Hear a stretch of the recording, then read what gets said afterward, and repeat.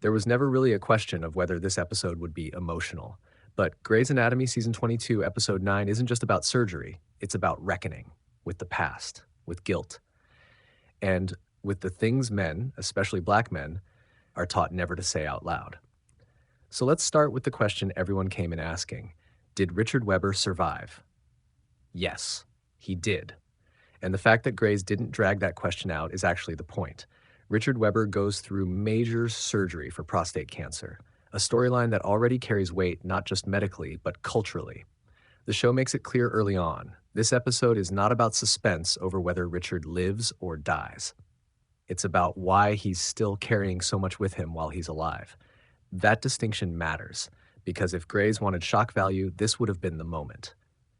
James Pickens Jr. is one of the last original cast members. They could have gone there. Instead, they chose reflection. Richard's surgery isn't the climax.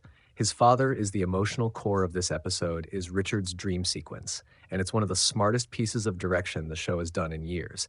Kim Raver directs the episode, and you can feel that actor's intuition behind the camera. Nothing here is accidental. Richard drifts between the operating room and a barber shop, and that choice is deeply intentional.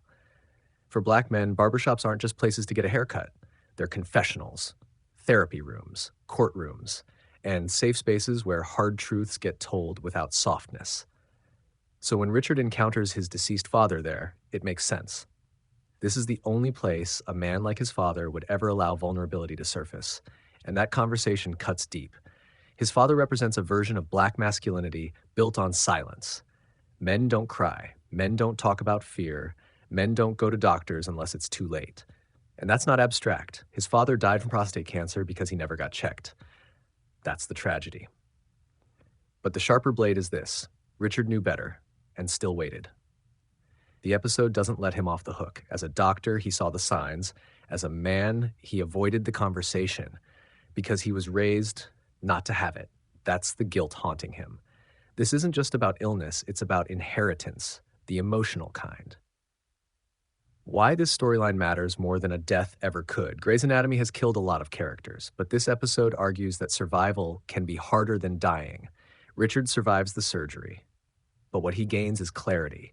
By the time he wakes up, the first person he asks for is Bailey, not because she's chief, but because she's family. Then Catherine. Then immediately he talks about getting back to work. That might sound like old Richard, but it isn't. This time, it's not avoidance, it's purpose. He's choosing to stay, to show up, to be present for patients, for his wife, for himself. And Catherine, surprisingly, provides some of the episode's best dark humor. Her discussions about burial plots, Adele, and cremation aren't just jokes. They're her way of coping with the possibility of loss. Grey's has always used humor as a pressure valve. This episode uses it correctly. Nick, Meredith, and the fear of repeating the past. Running parallel to Richard's story is Nick Marsh, and this is where the episode's theme echoes outward. Nick isn't afraid of his sister Erica. He's afraid of history. He's spent his life cleaning up her chaos. He raised her child. He lost the woman he loved because of it. So when Erica shows up with a newborn and no warning, it doesn't just surprise him, it re-traumatizes him. What he's really saying is, if this happens again, I lose everything. And Meredith, older, steadier Meredith, doesn't run from that fear. She stays. That's growth. She understands both sides because she's been both the storm and the shelter in her own family. The show draws a loose parallel to Amelia, and while it's not perfect, the intention is clear. This is about cycles, and whether you break them or let them repeat. So what is this episode really saying? Season 22, Episode 9 isn't flashy. It reheats familiar Grey's ingredients, illness, family, unresolved trauma, but it does something important. It says that strength without vulnerability is a dead end, that silence can be inherited and unlearned, and that survival isn't the finish line.